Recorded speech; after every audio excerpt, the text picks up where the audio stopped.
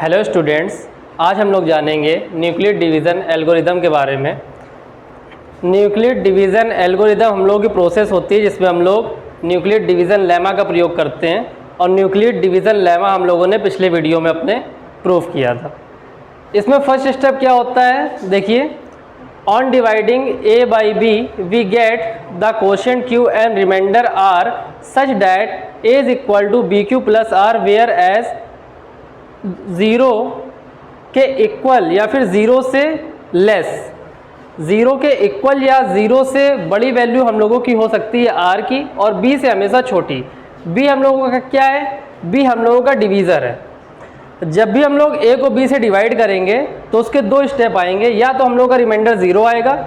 अगर रिमाइंडर हम लोग का 0 आएगा तो जो b है वही हम लोगों का HCF हो जाएगा, और अगर r की वैल्यू 0 नहीं आएगी तो हम लोग न्यूक्लियर डिवीज़न लेमा का प्रयोग फिर से करेंगे और जो भी रिमाइंडर आएगा उससे हम लोग b को डिवाइड करेंगे।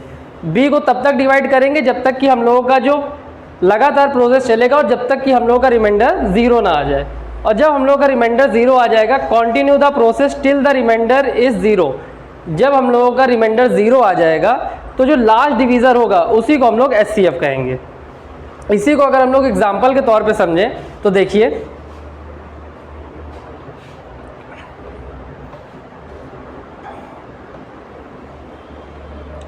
फॉर एग्ज़ाम्पल हम लोगों ने दो वैल्यू ली, एक लिया 12 और एक लिया 4।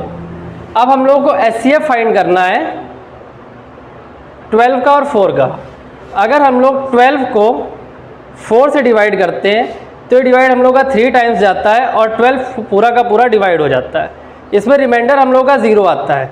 जब भी रिमाइंडर 0 आएगा तो जो भी डिवीज़र होगा जिससे हम लोग डिविडेंड को डिवाइड कर रहे होंगे वही लास्ट डिवीज़र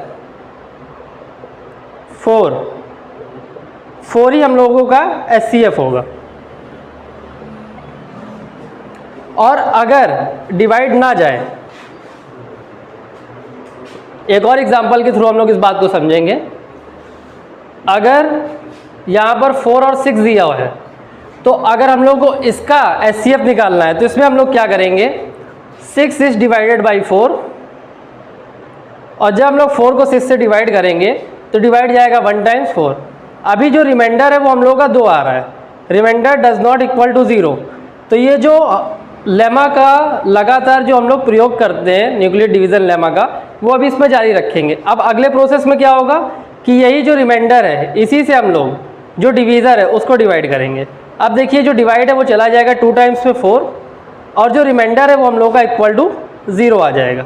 रिमाइंडर जब हम लोग का इक्वल टू 0 आ जाएगा तो जो हम लोगों का लास्ट डिवीज़र है यानी कि 2, यही 2 हम लोगों का HCF होगा।